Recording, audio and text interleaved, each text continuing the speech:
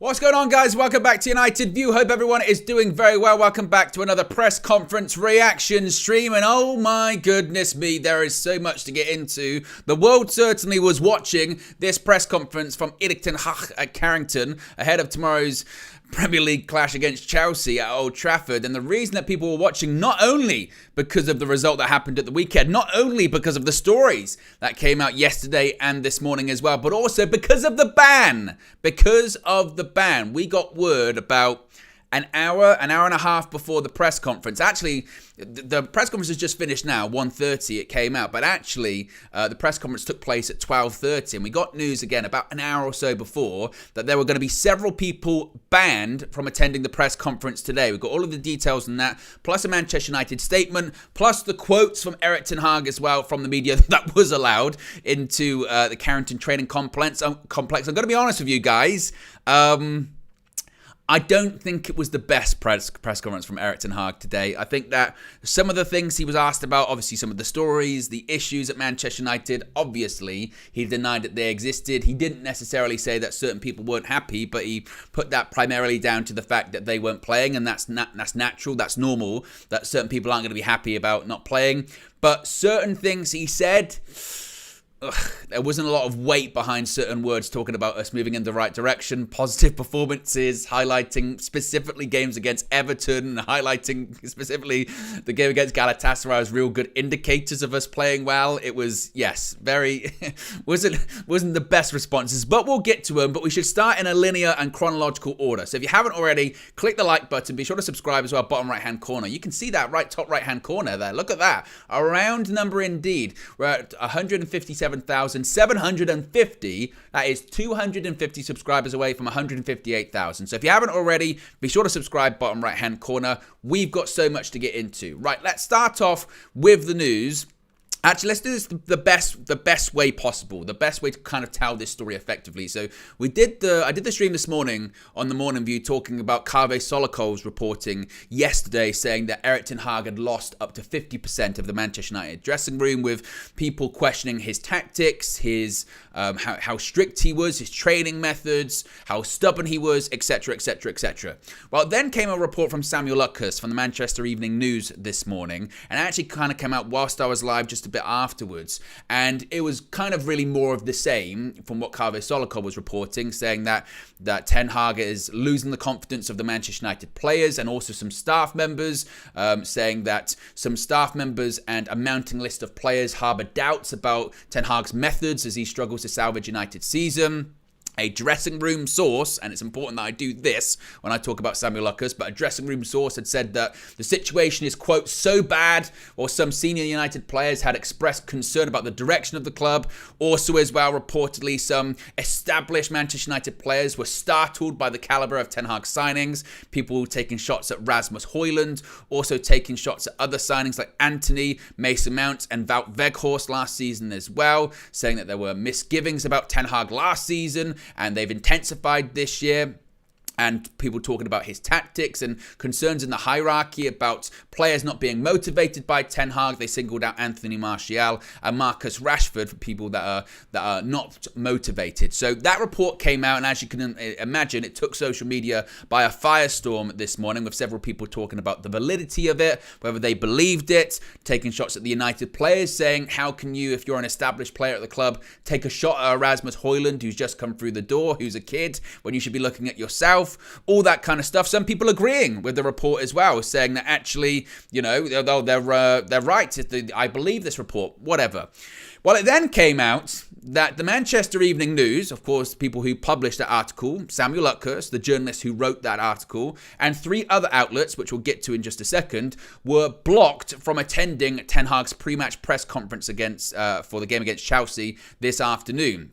Now, United did release a statement, which we'll get into in just a second, but if you want clarification on the actual names that were banned and blocked from participating in the press conference today, it was, according to the Daily Mail, Sky Sports chief reporter Kave Solokol, who did the report yesterday, which we spoke about this morning, the Manchester Evening News chief Manchester United correspondent Samuel Luckhurst, who wrote the article in question, the Mirror's David McDonnell, who also, I think, wrote an article about Ten Hag, his future, and also about Jadon Sancho. That's the one where we were talking about about training like a beast. That was that article. And also Rob Dawson from ESPN, who wrote a similar article, I think, to what Carvey had said yesterday as well. All of them, all four of them, were banned, were blocked from attending the press conference today.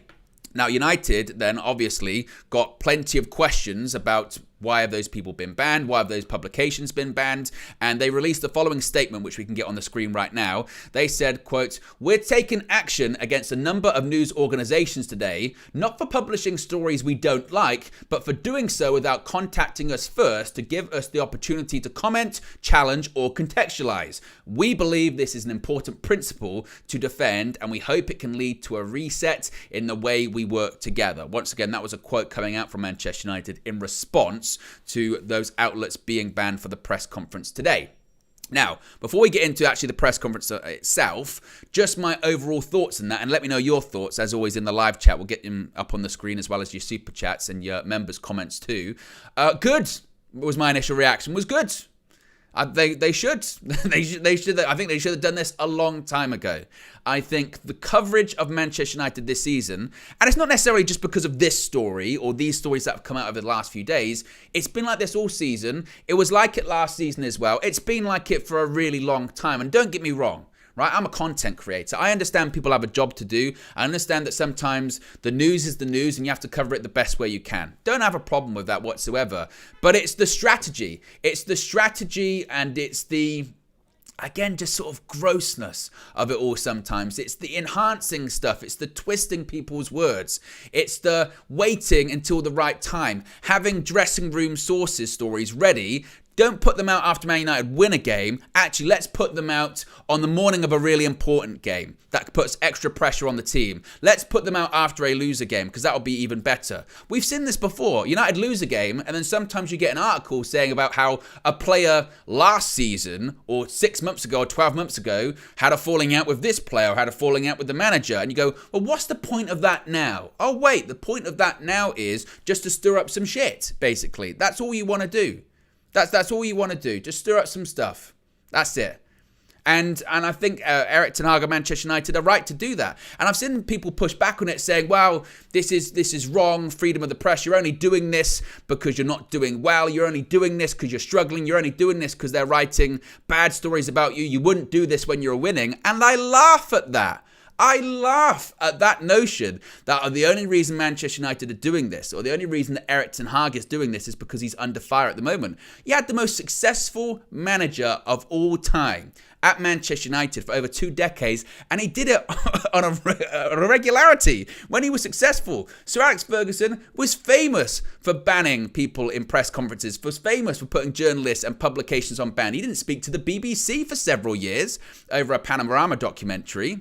So let's not put even this into, it's just because Manchester United are struggling. Come on, man. That is nonsense. The reason why Manchester United say that they've blocked these people from doing it is because they believe that they're writing lies. They believe that they're writing things that aren't true. And also, from a journalistic point of view, they believe that it's fair, not necessarily to write negative stories, but if you're going to write something, about us, it's kind of normal journalistic integrity to say, hey, this is the stories coming out. What have you got a comment on it? That's why you always see at the end of an article, we reached out to this person, we reached out to this club for a comment, they declined to comment, or they couldn't be reached for a comment at the time. That's how it works. If you go back to even the story in the summer regarding Mason Greenwood and The Athletic, I think it was Adam Crafton who wrote it at the time, that whole thing kicked off because they sent that story to Manchester United, and United kind of didn't respond to it, and they put out a statement to get ahead of it. And I think Adam Crafton kind of laid it out quite well, saying this is what happens. When you've got a story, you always go to the people that it's about and say, do you have a comment? This is coming out. This is when it's coming out by. This is the time you've got to get a comment back to me. Otherwise, we're running it. It's kind of, again, professional courtesy. And then you write these things. And it's such a weird situation, isn't it? Because you're sitting in a press room and you're writing these things about the guy you're asking a question for, and you expect him to answer questions. It's a strange situation. And again, I think Manchester United are well within their rights to do so. Well within their rights. If they believe that they're writing lies or they're making stuff up or they're trying to undermine, let's be honest. let's be really transparent and honest about what's going on here when they do those stories. They'd love it if Erik ten Hag got sacked. Oh, God, they'd love it. Because it's a story. You had the media say it the other day to Ten Hag's face. Another crisis, as we like to see it. I mean, I think I've even got it even on my soundboard still. Where is it? Or maybe I deleted it.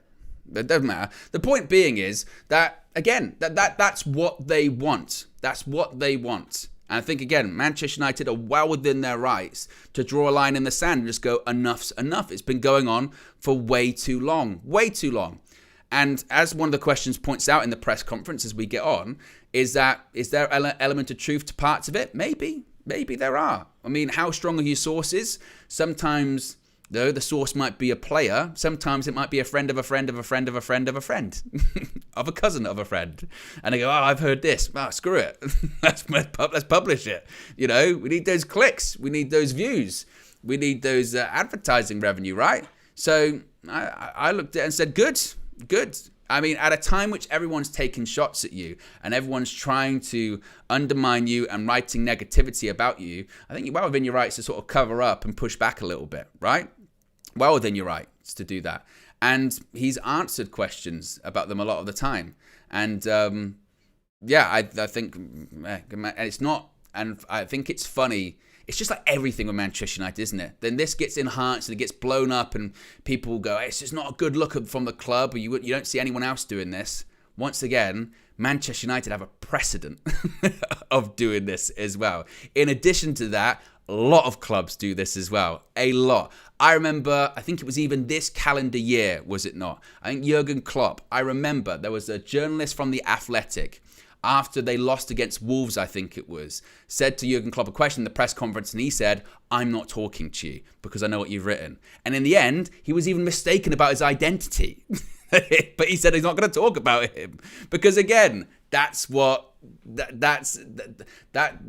is a combative relationship between football clubs and journalists, and you know it can be very good or it can be very bad, and it's not uncommon for people to be like, I'm not letting you in today, or I'm not letting you in for a couple of weeks. That is Taylor's oldest time when it comes to football.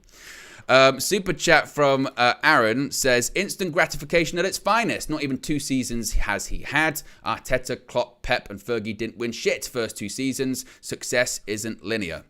Well, as I mentioned, when it comes to the press conference in general, I don't think it was a great press conference by Erik ten Hag. I think it was kind of what I expected.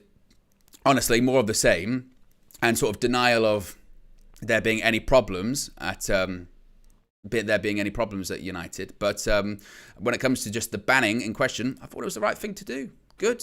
If you're gonna, there should be consequences.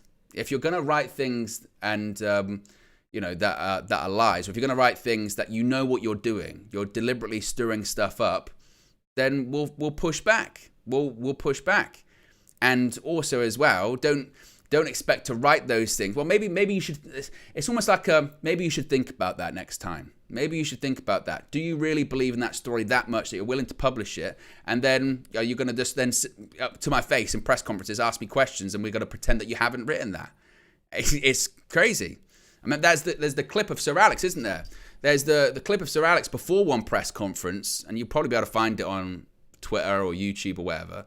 He's sitting at a table. Journalists are all there, and he goes, right, a couple of you are back today. You've had a ban. Your job is to tell the truth, not to twist my words and manipulate my words. And if you do it again, you're not coming back. And he's famous for that. And then you get people going, you're comparing Sir Alex Ferguson to Erik ten Hag. What's Erik ten Hag ever won? Just saying that, like, that's not super uncommon. And I'm glad that United and Ten Hag are showing a bit of a backbone for that. Remember that reporter, was it Gary Cottrell?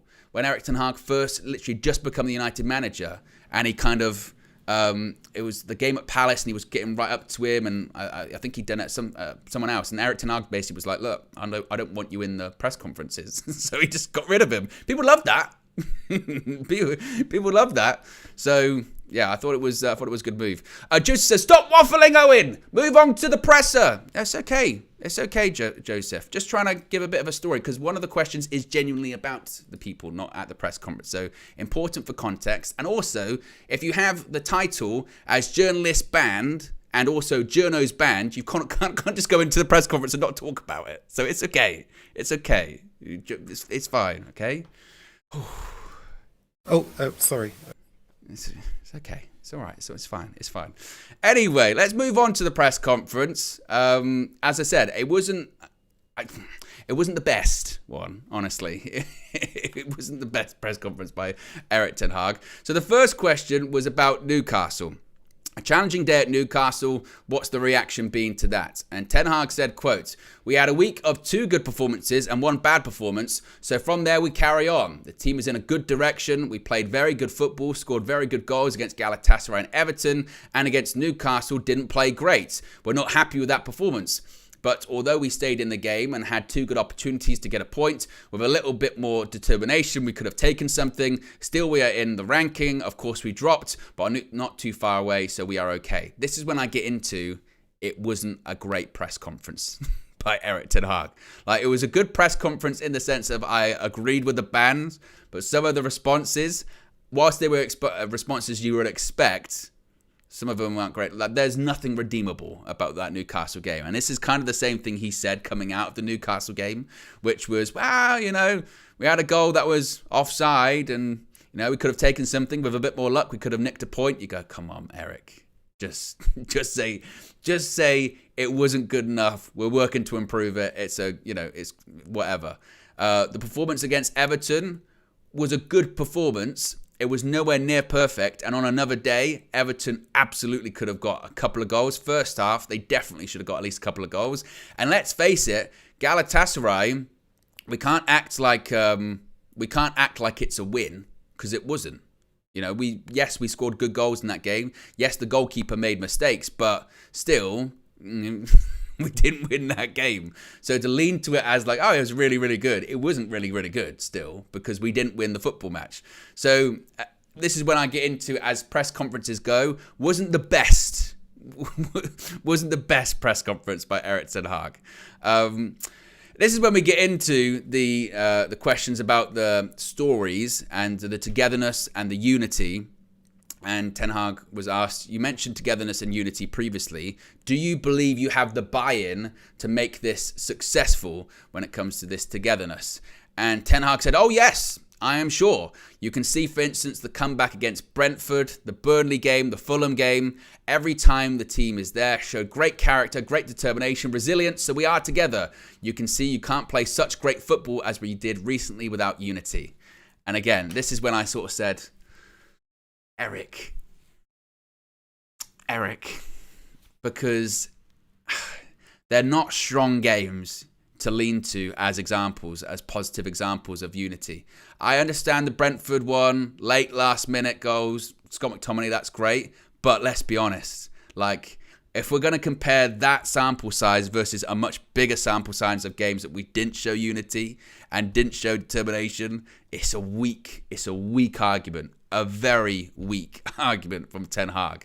And also that last line when he says, you can't play such great football as we did recently without unity. And I was sitting there hearing him say that, and I went, such great football.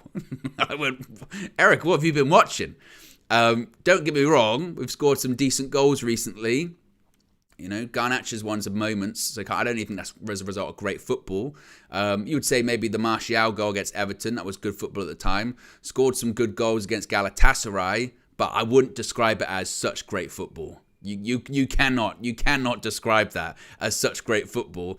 And absolutely, in the game against Newcastle, you cannot look at that and say that is a really unified team, and that's a group of players that is playing for each other, playing for the manager. So this is when I say it won a great press conference, and some of the answers were not great. If your crutch of what examples have you got of us being together, and you go, well, Burnley and Fulham away from home, you go, geez, Erik, like, because coming out, I mean, this is when you've got to be real. This is when you've got to be honest. Because it's important not to do revisionist history. I saw him in the comments today, tell me that Louis van Gaal, nobody knew who he was and hadn't achieved anything in his career. I was flabbergasted. He never achieved anything in his career. He's been in the Champions League final 3 times. Never achieved anything, though, in his career, apart from getting Holland to the World Cup, finishing 3rd in 2014. That's apparently all he achieved. So you can't do revisionist history. I remember coming out of those Burnley games and the Fulham game being like, we won. I don't know how much we deserved to win. We weren't that great today. So if that's Erik ten Hag's comparison of, see, we're unified, you go, Eric, mate. This is one of those times which you just go, the best way to answer that question, the best way to answer that question is, do you believe that you have the buy-in to make this successful? Yes. We have resilience, we have character, we have determination. Don't use those matches as examples, because they're not. They are not examples. They're just not. At all. How many likes have we currently got at the moment? We've got over 800 people watching. If you haven't already, click the like button. We've got 137 likes. If you haven't already, click the like button. Be sure to subscribe as well, bottom right hand corner, as we get closer and closer to 158,000. What else are people saying here on the chat at the moment? Gary says, it's pretty scary to know that the same shit is going on 3 or 4 managers later. Nothing changes with the team.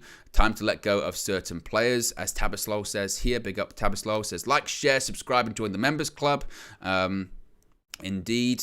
Ban them for the rest of the season. I don't think the journalists will be banned for the rest of the season. I mean, I think it might be a case of a couple of weeks, something like that. Again, that's what Fergie used to do all the time, is ban certain journalists for periods of time. I mean, the one with the BBC, I mean, I believe that one got resolved because there was like literally a law put into place where he had to talk to them, because for the longest time, do you remember watching Match of the Day? It'd always be Carlos Queiroz, Mike Phelan doing the interview with the BBC afterwards, until he literally eventually had to talk to him. I think they eventually apologised as well, which is, again, it's an important thing to do.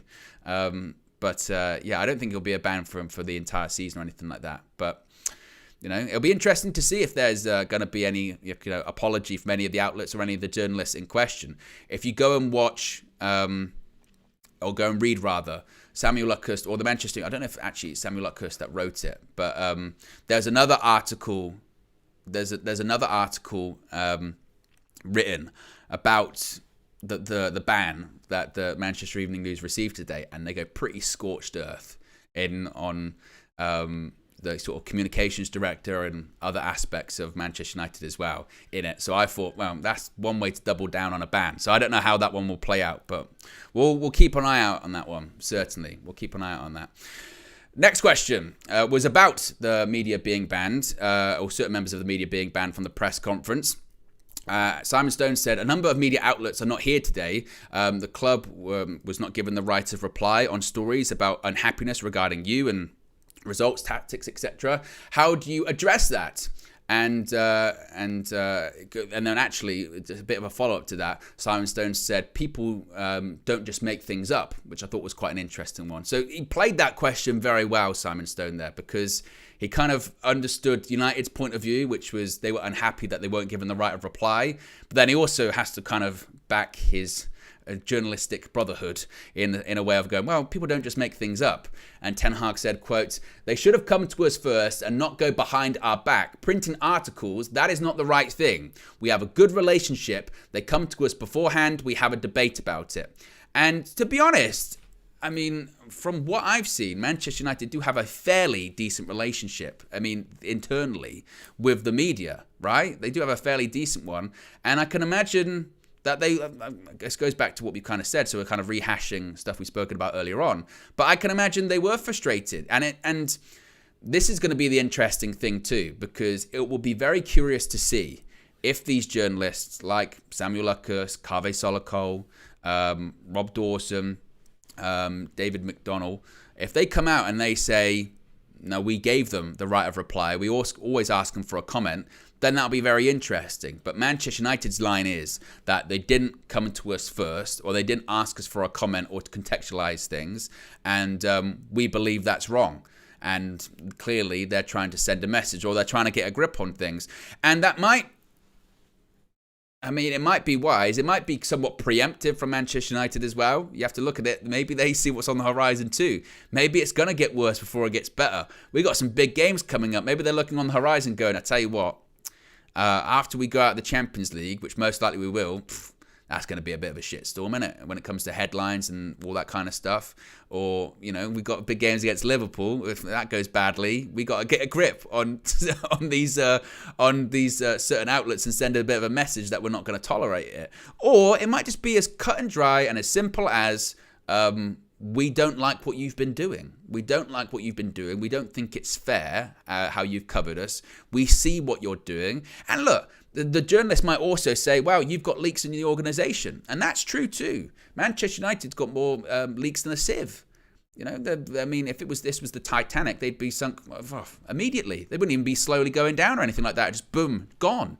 That's how many leaks are in Manchester United. Just look at a match day. You can find the team news on social media about 5 hours before kickoff. It's nonsensical. But if Manchester United did nothing and didn't want to try and address that, that'd be even more concerning. I think it's a good thing to try and get a grip on that, and a good thing to say, put your foot down and say, enough's enough when it comes to all of this. I don't know about you. We've had this conversation, you and I, the viewer and us, when it gets to an international break, and we always, all of us go, what's the story going to be? Because there's always one. And whether or not it's true is almost by the by. The honesty in it is kind of irrelevant because they'll say anything. It gets to an international break and we go, there's 2 weeks. What are we going to do? What are we going to talk about? And they'll find something. And it might not even be something that's happened immediately. It's something that's happened weeks ago, months ago, years ago. And it'll get brought up. What about Erik ten Hag and his agent and recruitment? What about, even with the Sancho stuff? What if when Sancho was late at Borussia Dortmund? What if, always. When Pogba was here, it used to be, let's get Paul to say something on international duty. Every single time, And this isn't just a United thing. It happens at every club because that's the journalist's job, is to try and sell papers, get clicks. But it's also the job of Manchester United, particularly in the communications department as well, to try and protect the club and try and have the best interest of the club and try and disseminate the facts from the fiction as well. So Ten Hag said that they should have come to us beforehand and they didn't. Follow-up question to that was, are you concerned, though, about what is being reported? Is there any truth in that? We know there are issues with Jadon Sancho, but are there issues with other players? Are there issues? And Ten Hag said, as you would expect, no. Of course, there are always, in every team, players who are not playing, who are not as happy, but that's not different than normal. You have to wait for the chance, and that can come. But there are no issues. Now, again, this is one of those ones which you kind of have to say, honestly, because I think you and I can see just by the way the team's playing that clearly there are issues. The reason that I think yesterday's story from Kaveh Solokol picked up so much momentum, one, it was because of the person saying it and the outlet. Look, it's Sky Sports, it's Sky Sports News. So for them to do a big piece on Sky Sports News and write an article and all that kind of stuff, I mean, it's pretty big stuff. It's always going to grab people's attention and grab headlines and make headlines. And also, the reason it picked up a lot of steam yesterday is because people could believe it. People could believe that. When you watched the game against Newcastle at the weekend, did you see a team that was devoid of any problems, devoid of any issues? Have we seen that for the last however many weeks? Clearly, there feels like, with specific players certainly, that there might be problems, or there might be, whether it is Raphael Varane, whether it is Marcus Rashford, whether it's whoever, there feels like there will be problems. But you have to temper expectations when it comes to that one, because what is he going to say? Yeah, there's quite a few actually in a press conference. You just have to go, no. Oh, it's also your job as a manager to keep the media at arm's length a lot of the time as well. But for Ten Hag to say that there are no issues and it's just down to people not playing, I don't know. You could argue maybe some of it stems from that. Some of it stems from certain people not playing. Raphael Varane's issue looks like it's just because he wasn't playing. If the reporting is accurate, which I suppose is a really key thing to say here, but with Varane, if the reporting is accurate, his problem really stems from the fact that he was overlooked for Maguire and Evans at the Manchester derby, and he's barely played since. Jadon Sancho's issue for that Arsenal situation was that he feels that, there's been favouritisms and he should have been more involved than other people. Now, again, as I said earlier on this morning, I do think the Jadon Sancho issue is far bigger and wider than that. I think it's more of a a professionalism, timekeeping, attitude kind of thing. But to say that there are definitely no issues, you go, well, I don't know about that. But you're in a press conference, so you're not going to have total transparency in that aspect, are you? So yes, let's see what other people are saying in the chat at the moment as well. Big up DJ, I see DJ's in the chat as well. What else are people saying? Wazza says, no issues, honest. Yes, exactly. It kind of did feel like that, didn't it?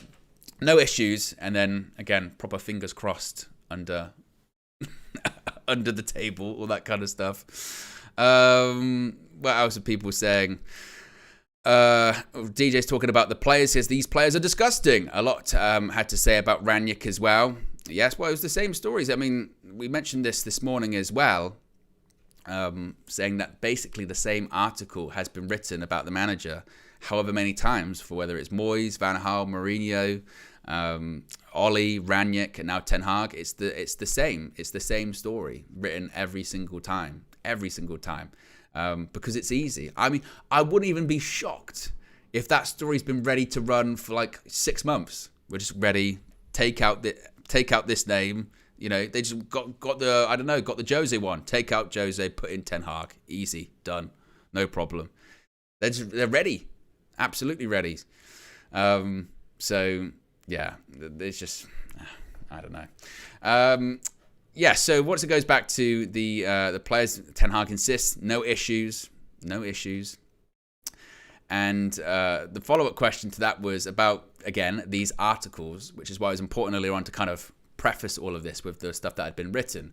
So it's been suggested, you know, some of the things in the article has been quite personal towards Erik Ten Hag, saying that the players are against some of his tactics, feel that he's too much of a disciplinarian. How do you respond to that? And are you open to suggestion from your players? And Ten Hag pushed back on this. He said, I always listen to my players and I give them always opportunities to tell. If the players have a different opinion, of course I will listen. Maybe 1 or 2 have told me, but it is about, in general, the majority want to play like this, proactive, dynamic, brave, and that is what they want. That is what I want.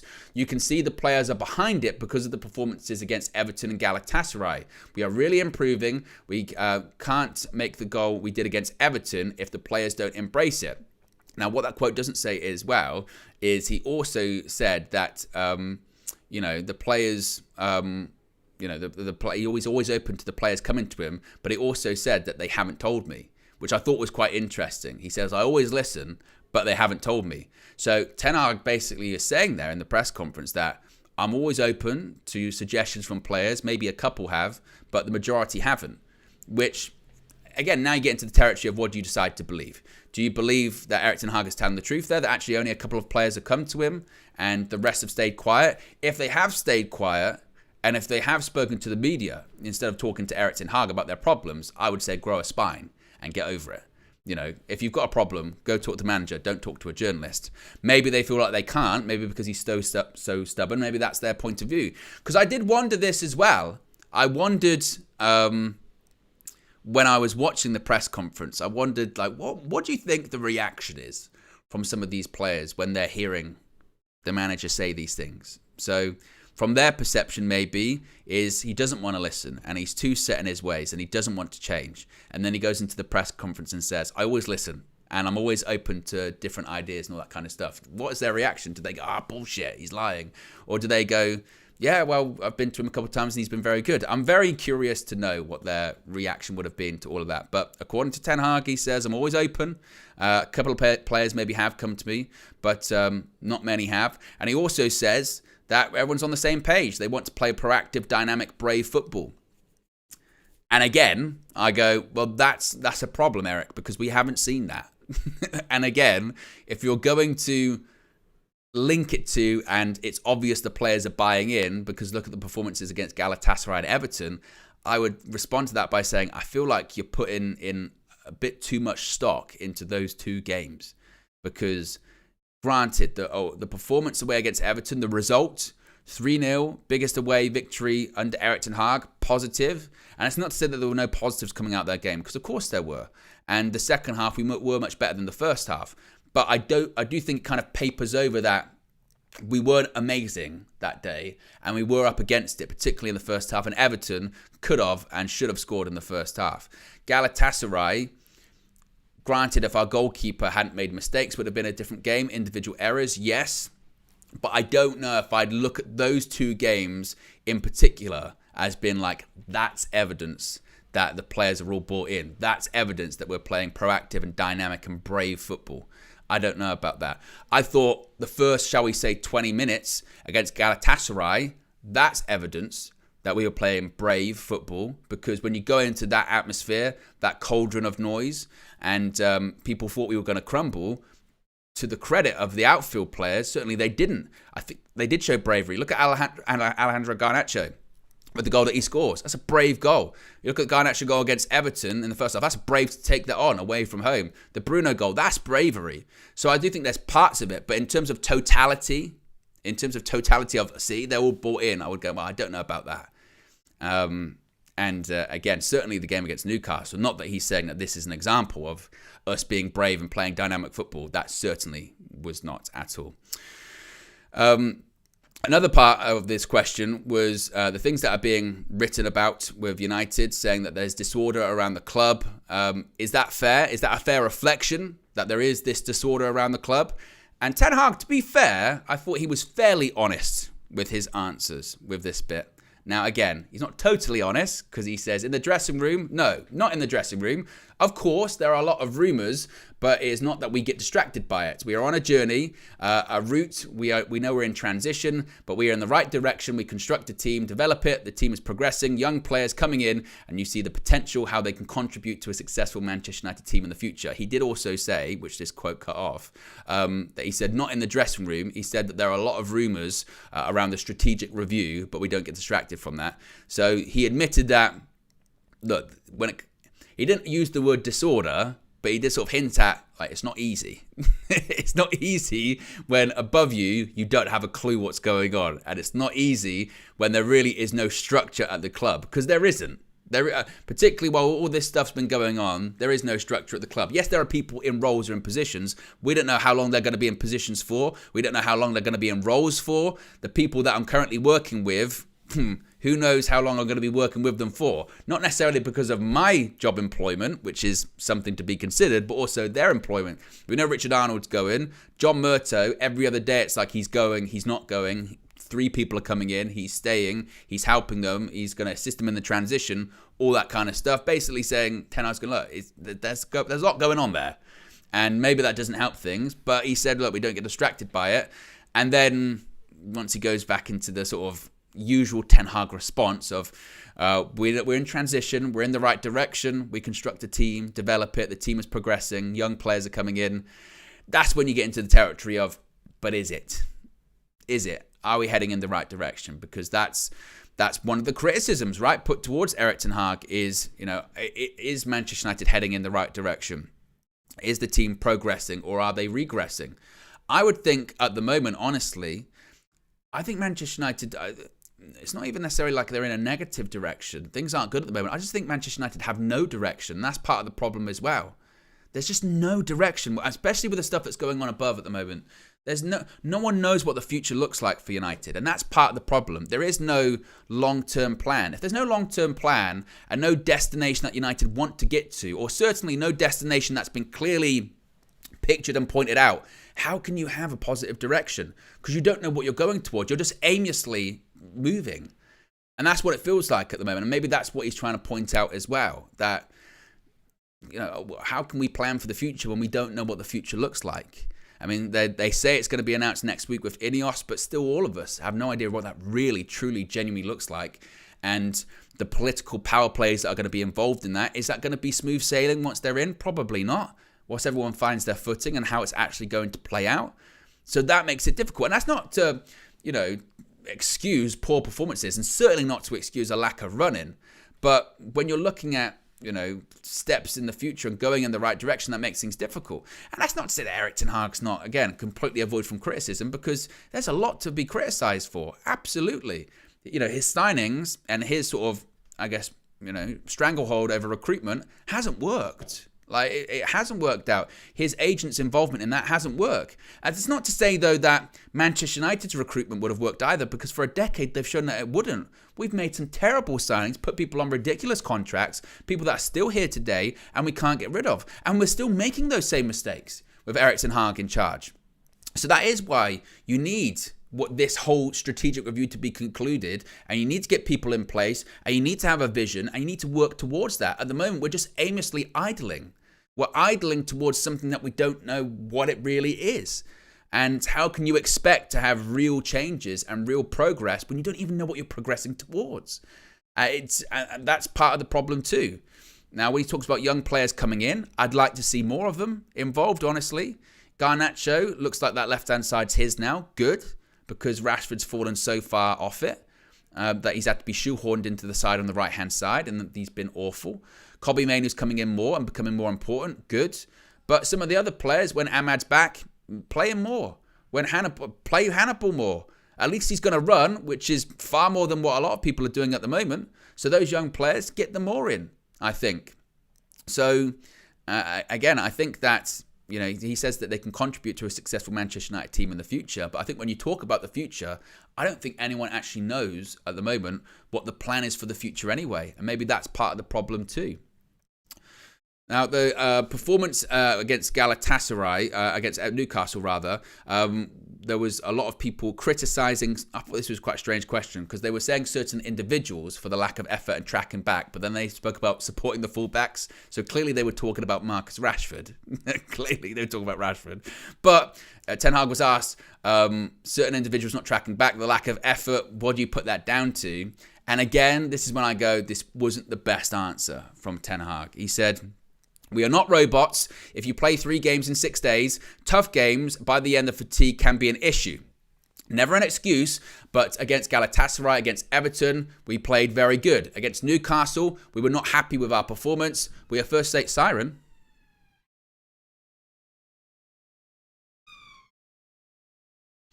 Still waiting on the own siren. They said, but against Galatasaray, against Everton, we played very good. Against Newcastle, we were not happy with our performance. We are all first to say, the players, the first, they are so self-critical. Now, this is the thing, isn't it? He says it's never an excuse, and it's not. But if you bring it up, it's perceived as an excuse, and it's perceived as a reason for saying why the players weren't tracking back. There is no excuse. I would rather, honestly, he would just respond saying, when asked, why weren't the players putting in enough effort, or why were they not covering enough distance, why were they not tracking back? I would rather he just kept it short and sweet and just went, no excuse. There's no excuse for it, and we have to do better. I'd rather just say that, because the moment you start to say, well, you know, we played a lot of games and blah, blah, blah, it just doesn't sound good. And particularly, look at the opponents. Like, look at the opponent we had at St. James's Park. I understand they were at home, but they've got injuries in double digits. They played in the Champions League. Yes, it was 24 hours prior, but they were away from home too in Paris. And some of their players continued to get injured, and they ran for, literally over 100 minutes. They didn't make a substitution until right late on in the game, and their bench consisted of 3 goalkeepers, some youth players, and Matt Ritchie. So we can't use of fatigue or wow, it's the end of quite a busy period. No. Just say it just isn't good enough. And there is no excuse for that. Don't even bother bringing up the other games. Don't even bother bringing up the schedule. You can bring up the schedule when you win. That's when you can bring it up. You can bring up the schedule. If we'd have gone to St. James's Park and afterwards you say in either the press conferences or the interviews, you go, the games and the workload and is ridiculous on some of these players. We're breaking down with injuries, this, that and the other. You go, cool. I remember Ole Gunnar Solskjaer, I think, did it once. We played Everton away, and he complained about having a game in midweek in the Champions League and then playing in the early kickoff. But we had won the game. And that is the time to do it. That's the time to do it. When you win the game, you go, by the way, this is bullshit. But you've won. But once you start doing it after a defeat, why didn't your team run that much? Well, I played a lot of games. It's not an excuse, but why'd you bring it up then? There's no reason to bring it up. Just say, no excuse. That's it. Not a problem. So I didn't think that was the best answer. But still, we did get a question about Rashford, and I guess in true Erik ten Hag style, just completely sidestepped it. Didn't even mention his name. So the final question was, Marcus Rashford received a lot of negative attention after Newcastle. How is he feeling? And Ten Hag said, quote, everyone is disappointed. We saw Galatasaray, the performance and the result in Newcastle. We are not the only team to lose there. They win all games except for Liverpool, but we want to win there and we did everything in our power, but definitely our performance was not good enough. Just didn't mention Marcus Rashford, just completely sidestepped, didn't even mention how he was feeling, didn't even mention anything, just literally just went, we weren't very happy with the Newcastle result. And then also, again, this is why I say it won a good press conference, because that's not a good answer. Like, I understand sometimes just say nothing on the issue, but even the sidestepping of it, if he just literally was just like, everyone's disappointed, we're looking to get it right and prove it right, and we'll do that again beginning tomorrow against Chelsea, you go, cool, no problem. But he didn't talk about Rashford, and then basically said, well, look, a lot of people are lost against Newcastle, so what? So what? Don't say that. Don't be like, well, you know, lots of teams have lost there, so it's okay. It's never okay. It's like it's never okay.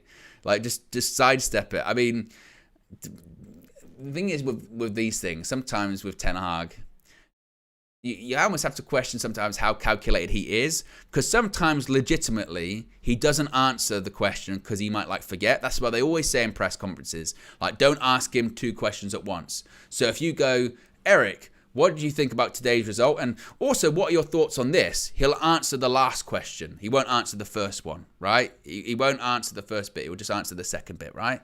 So sometimes they say that. So it could be a situation of Eric just sort of, you know, everyone is disappointed and then just moving on past it.